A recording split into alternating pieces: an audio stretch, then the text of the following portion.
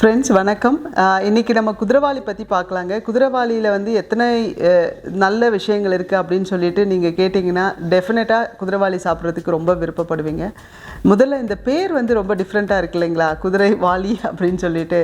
இது எதனாலன்னு பார்த்தீங்கன்னா, இந்த தானியம் வந்து விளைஞ்சிருக்கிற அந்த காட்டில் வந்து நீங்கள் பார்த்தீங்கன்னா அந்த வயலில் அது வந்து ஒரு குதிரையினோட வால் மாதிரி அந்த தானியம் வந்து விளைஞ்ச பின்னாடி இப்படி தொங்கும்.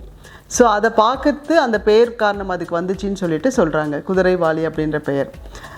ஓகே, பெயரை தாண்டி இதில் உள்ள இருக்கிற சத்துக்களை பார்க்கலாம். சத்துக்கள் பார்த்திங்கன்னா it's a very good anti accident basically. Apart from that இதில் பீட்டா கரோட்டின் வந்து ரொம்ப ஜாஸ்தியாக இருக்குது. விட்டமின்ஸ் வைஸ் வந்து இதில் நிறைய விட்டமின் இருக்குது. அப்பார்ட் ஃப்ரம் தட் நம்ம வந்து கால்சியம் இதுலேயும் நிறையா இருக்குங்க.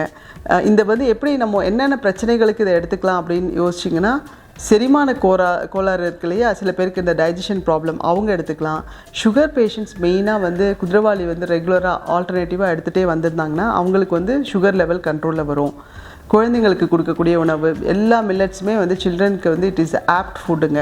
ஸோ அதனால் கண்டிப்பாக குழந்தைங்க, பெரியவங்க, சுகர் பேஷண்ட்ஸ், கொலஸ்ட்ரால் கண்ட்ரோல் பண்ணணும்னு நினைக்கிறவங்க இவங்க எல்லாருமே வந்து இந்த சிறுதானியத்தை உபயோகப்படுத்தலாங்க. இன்றைக்கி நம்ம பார்க்கக்கூடிய ஃபார்ம் வந்து குதிரைவாலியில் காரப்பணியாரம். ஸோ காரப்பணியாரம்னும் போது உங்களுக்கு வந்து இந்த மழை நாட்களுக்கு மற்ற ஈவினிங் டைமுக்கு எல்லா நேரத்துக்குமே ஒரு உபயோகமான ஒரு ஸ்நாக்காக இருக்கும். ஸோ நீங்கள் எல்லாருமே இதை ட்ரை பண்ணி பாருங்கள். தேங்க்யூ.